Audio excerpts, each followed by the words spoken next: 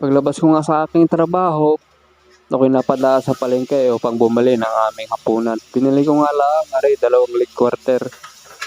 Aray, kami naman ay ilan, kaya aray katya na. Pagkatapos nga din ay aking ilan hinawaan din ay sa gilid, sa kabilaan. Para yung lasa ay manood hanggang sa kaloob-looban. Parehas nga lang yung gagawin din ay sa manok na rin. Ako naman ho ay hindi chef, hindi rin ako cook. Ako'y natuto lang sa mga dating kasamahan. At di na nga ako may tanglad at dinikdik ko aking pipinuhin. Ilalagay doon sa mangkok.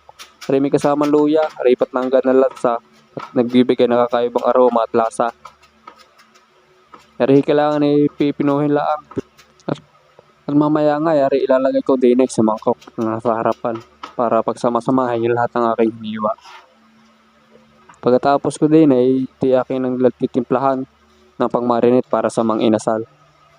At din nga nilagyan ko ng toyo, konti lang, huwag susubrahan, baka naman umalat. Nilagyan ko na rin din ng suka, konti lang din, at baka naman umasim. Nilagyan ko ng asukal para may pambalansin na lasa. Di na nga, ilalagyan ko rin na rin ng paminta, konti lang, huwag napakaramihan, baka naman umanghang. At konting betchin at magic. Pagkatapos aking haluin. Yan, iminekos-mekos ko lang. Pagkatapos aking tinikman. Yan. At din nga ay lalagay na ring manok na right. Mamarinate ko na. Yung lang babalik rin para lahat malagyan. Din, yung isa parehas laang.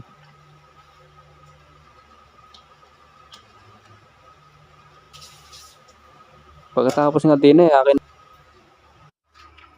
habang nagmamarinate nga ako ako'y sumingit at paglalaba. Pa ako'y matambakan ang aking labahan. Ari nga pala yung mga uniform laan sa aking trabaho. Baka ako'y maubusan. At din marami ang nagsasabi na ako'y magpalundre na laang kaya ako'y ayaw. Kaya ko pa naman maglaba. Kayang laan ng aking babayad sa magpapalundre. At din nga namin mamaya tapos na. Konti lang naman na rin. At din nga tapos na akong maglaba. Akin ang luto yung aking minarinate at chicken nestle. At din nga ayaw pag sumindin na ring kalan. Ayun, pagkasinti, ari nga pala, ikawala yung aking gagamitin. Gawa na ako'y walang iyon. Ari, diskartihan na lamang. Ay, aking lalagay din yung manok. At yan, lalagyan na konting sauce. Iti pagkatapos, tatakpan lamang at hinaan ng mahinang apoy. Para hindi naman masunog.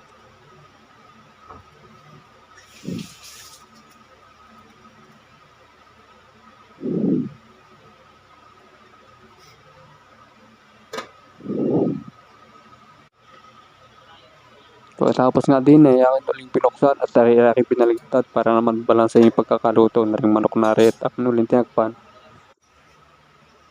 Pagkatapos nga din aking uling pinuksan at din nga aking na uling pinaligtad at malapit na maluto. Kita niyo naman ang itsura. Rin nga pala yung kanin. Luto na, ready na, ulam na lang ang kulang. Pagkatapos din akin na lang ulit binuksan at luto na. Pagkatapos na rin. Kita ganun niyo kung anong itsura. Mukha na sa pinirito. Pero okay naman yung lasa. Lasang inasal.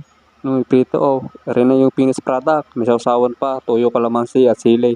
Yan, nalintay, kumain na, nagutom na yata. Ang sabi kain na raw kayo. Wala namang ula kung dito dalawa. May kinasaluhan din yan, wala kang ula. Yan.